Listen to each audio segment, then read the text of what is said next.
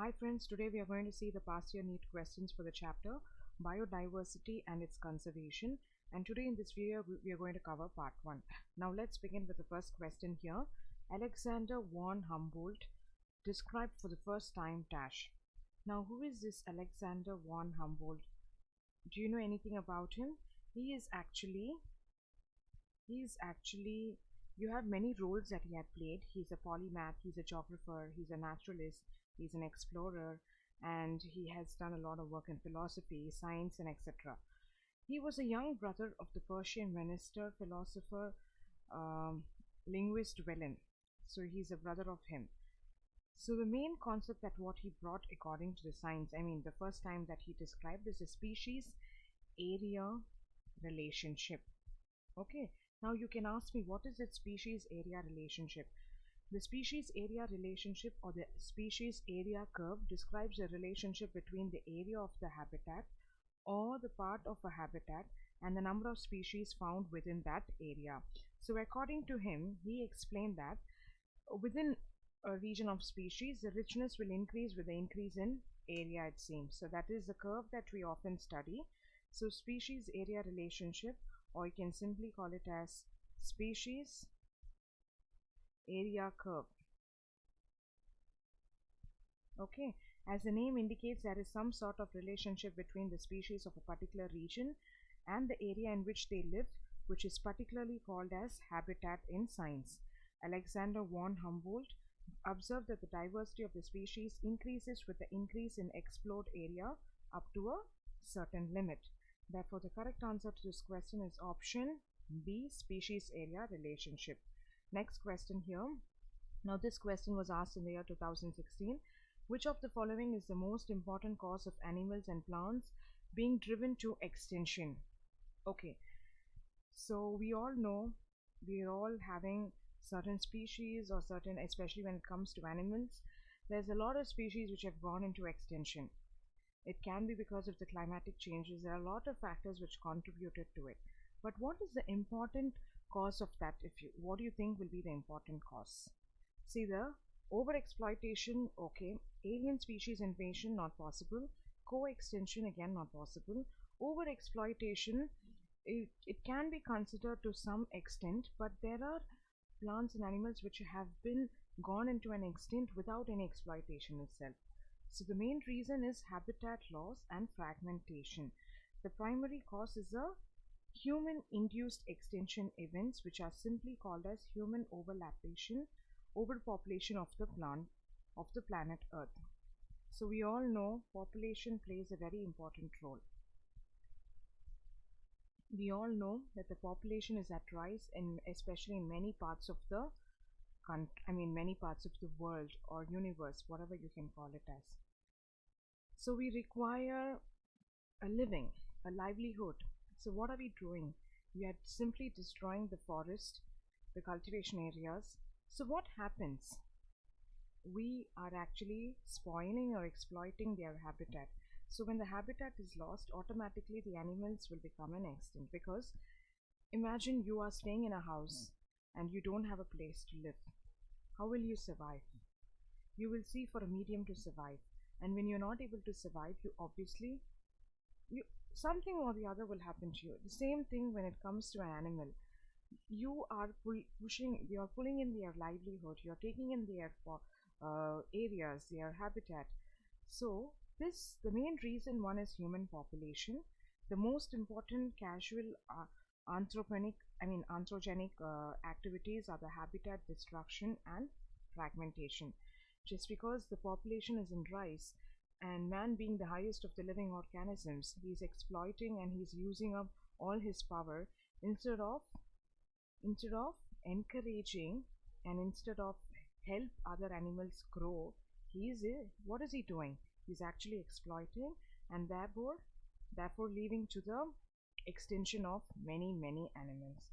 So the main reason is option C, habitat loss and fragmentation. Okay, next question here. The species confined to a particular region and not found elsewhere is termed as dash. This is a very easy question. Analyze the options. Alien, rare, all that cannot be the answer. Of course, keystone is also not the answer. The correct answer is endemic. right? Now you see the common term that is used for coronavirus, which is pandemic. What do you mean by pandemic? It's spreading to the different parts of the world. So it's actually spreading, it is not remaining confined. So the species confined to a particular region and it is not found elsewhere is termed as endemic. Endemic means species are confined to a particular area due to the special type of adaptation that they found in that area, and that's why they remain confined and they don't find that suitable habitat rest or elsewhere. So the right option is option B, endemic. Next question here. A species facing extremely high risk of extinction is in an immediate future is called as dash. Yes, very easy question. Just now I told you what is endemic, which means it is confined to a particular area. Extinct, it's no more, right? So but here if you see they are at risk, it means they are still found, so it's not extinct. Vulnerable is, you cannot say extremely high risk. Of course, to some extent, like out of 100% they are of 80% they are at risk. Now when they are extremely high risk, okay, out of 100% they're 99% risk, so then it is called as critically endangered. The taxon facing a very high risk of extinction in the wild can become extinct any moment. Okay, so it's 99% they are in risk. That 1%, if you know, we can help them survive, or else they can get into an extinct mode at any time or at any moment. Okay, so that is called as critically endangered, that term. Okay, so now you have example here, pygmy hog. So these are the scientific names that they have given here, which are extremely at high risk, or they are called as critically endangered species. So you have one example here. Therefore the correct term which can be used here is option C, critically endangered. Okay, next question here. So look at the question here, the organization which publishes the red list of species. So this question was asked in the year 2014. So you're given 4 options here. Okay, now let's go one by one. Okay, what is the full form of ICFRE? How can you call it? See, the full form is Indian Council of Forestry Research and Education. So this is in recurrence to the forest. So this is not the answer. Next you have ICUN. What is it? IUCN. So that is actually the International Union for Conservation of Nature. Okay, so it is a union for conservation of nature. Now what is the full form of WWF? World. WWF has a full form of Worldwide Fund for Nature. And UNEP, what is the last one that you have? UNEP. The full form is United Nations Environment Program. But the organization which publishes the red list of species is option B, IUCN. Okay, IUCN or WCN, which maintains a red data book which has a catalog of threatened species or plants facing the risk of extinction. The IUCN is a red list of 2004. So you have an example here of 2004 documents about 784 species, including 338 vertebrates, 359 invertebrates, and 87 plants in the last 500 years. So this book, this catalog, will have the red list. That is, they are in a mode of extinction. They are going to get extended at any moment. So that red list is being published from IUCN, or also called as WCN. Therefore, the correct answer is option B. Okay, next question here. Given below is a representation of the extent of global diversity of invertebrates.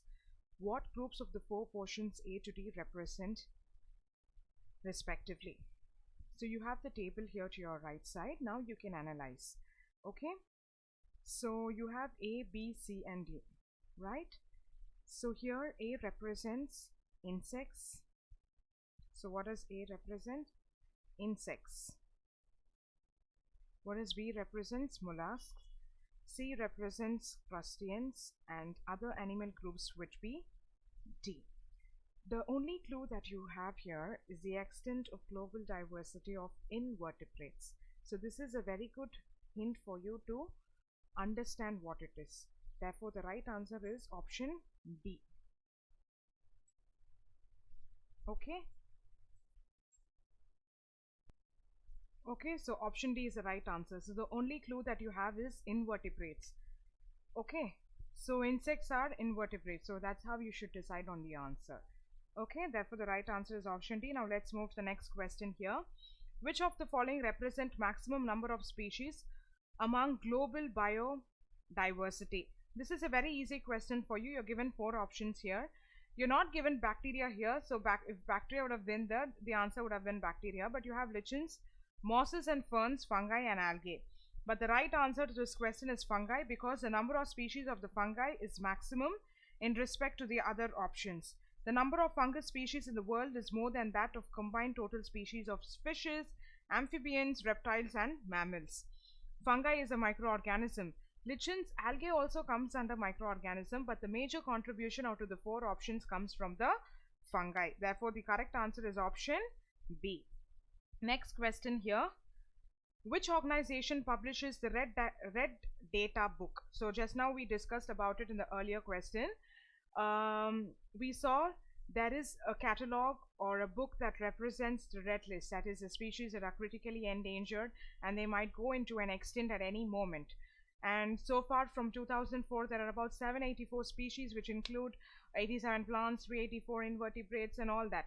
So this red data book is published from IUCN. So what is the full form of IUCN? It is the International Union of Conservation of Nature. It is also called as WCN, which maintains the Red Data Book, which is a catalog for threatened plants and animals. Okay, so here for 2004, as I already said, you have about 784 species. Now the list would have gone even more bigger actually. Okay, because we all know the list will only grow higher, or it will move into a bigger size, because the population is increasing at one rate. At the same time, the consumption for the population is once again a threat. We are exploiting natural resources and we are consuming. At one way, we are actually causing a threat to ourselves, because natural resources are required in a very balanced state, even for the oxygen that we breathe in, that is required for the human body. That is also in danger now, because now if you see, there's a lot of air pollution and so many other things, which is also becoming, we are not only causing a threat to the living organisms, but we are also causing a threat to ourselves by exploiting them. Therefore the right answer to this question is option B. Next question here. Maximum nutritional diversity is found in which group? Okay, they're not asking about the population here, but they're asking about the nutritional diversity. The right answer is Monera. So what does Monera include? What does Monera say? It's the bacteria group. And whenever we say bacteria, they are divided into cocci, rod shaped, then you have the spiral shaped, then you have the comma shaped, and sometimes, I mean, they are differentiated into gram positive and gram negative, so on. Okay, so this is the introduction that I would like to give to bacteria. It's a microorganism, and you have advantages and disadvantages. It isn't it's not like a virus, because a virus purely has disadvantages. You don't have any advantages from its side. But bacteria, if you see, it has advantages and disadvantages, because it is something that can survive without a host. But a virus, if you see, it purely depends upon the host, and the only way it can survive is to exploit the host. So that is why you don't have any advantages from a virus, but you do have advantages from a bacteria. So the right answer to this question is option C, Monera. So you have the bacteria shapes, cocci, rod and all that I've just mentioned in the diagram here. Okay, next question here. The highest number of species in the world is represented by dash. So just now we saw this question and the answer was fungi. The same thing goes here. When compared to the total amount of fishes or amphibians, even if you count them, they will be lesser than that of fungi, it seems. So the major contribution, or the highest number of species in the world, is represented by the kingdom fungi. Okay, next question here. Which one of the following shows maximum genetic diversity in India? Very easy question, a direct question also. We all know rice is a staple food of India, and there's a lot of genetic diversities that come from, when it comes to India, we have done it in rice. In India, maximum genetic diversity is seen in rice. You have about, you'll be surprised, you have about 23 varieties of irrigated ecology and 8 varieties of refined, it's called as rain-fed ecology, has been invented in India, and maximum work has been done on rice. Okay, yeah, you call it as rain-fed ecology. Okay, so you have totally 23 varieties of irrigated and 8 varieties of rain-fed ecology. So the maximum genetic diversity of India, to which crop does it fall? If you see, it is rice. Next question here. Biodiversity of geographical region represents dash. So first thing that I would like to ask you is, what is this biodiversity? How can you define this biodiversity? When I started this chapter, maybe I think I did not explain this, but it's time for me to explain now. Now, biodiversity is the variety of the plant, animal life in the world, or it can be a particular habitat that you're talking about, or it can be about a region, a high level of which usually considered to be important and desirable. So biodiversity boosts the ecosystem productivity, where each species, no matter how small, all have an important role to play. For example, a large number of plant species means a great variety of crops. Greater the species diversity, it ensures the natural sustainability for all life forms. So this is an introduction that I would like to give you about biodiversity. Very important concept, and it's very important when it comes to conservation part. Only when you conserve biodiversity, we as humans, being the highest of all, even we can survive, because we are directly or indirectly dependent upon the ecosystem as well. Okay, so biodiversity is the number of variety of organisms which is found within a specified geographic region, is called as the biodiversity of geographical region. Therefore, the right answer to this question is option B. Next question here. Which one of the following has the maximum genetic diversity in India? So we saw the maximum genetic diversity, first place goes to rice and the second place goes to wheat. Okay, these are the main crops that India highly utilizes it. Wheat genetics is more complicated, and it's the most like others, it's the most important domesticated crops of India. Some wheat species are diploid with 2 sets of chromosomes, but many are stable polyploids with 4 sets of chromosomes also, and sometimes you will have 6 sets of chromosomes. India has more genetically diverse varieties of rice than compared to the varieties of mangoes. So the first place always goes to rice, and the second place goes to wheat. Therefore, the right answer to this question is option B. Next question here. Tiger is not a resident in which one of the following national park? So if you look at the 4 options here, Sundarbans, Jim Corbett, Ranthambore, Gir. So out of the 4 options, one is not exclusive for tiger. So option B is actually exclusive for lions. They simply call it Asiatic lions, a pride of the nation. So here, if you see, the right answer is option B. Gir Forest or Gir Wildlife Sanctuary is the home for Asiatic lions, which is a major wildlife attraction for the lions in predominantly. So you do not find any tigers there. Therefore, the correct answer to this question is option B. Next question here. The table below gives the population in thousands of 10 species A to J in 4 areas, consisting a number of habitats given within brackets each. Study the table and answer the question which as follows. So which area out of A to D shows the maximum species diversity? Okay, so you just have to analyze the options here. Okay, so here if you see, if you look at A, the species diversity is only to some extent, but if you look at D, just look at D, 3.2, 10.2, 11.1, 4.8, 0.4, there's a lot of fluctuations here. So option D, the last one, it shows the maximum species diversity. Therefore, the right answer to this question is D of the table. Okay. So with this, we complete the part 1 of biodiversity and its conservation video.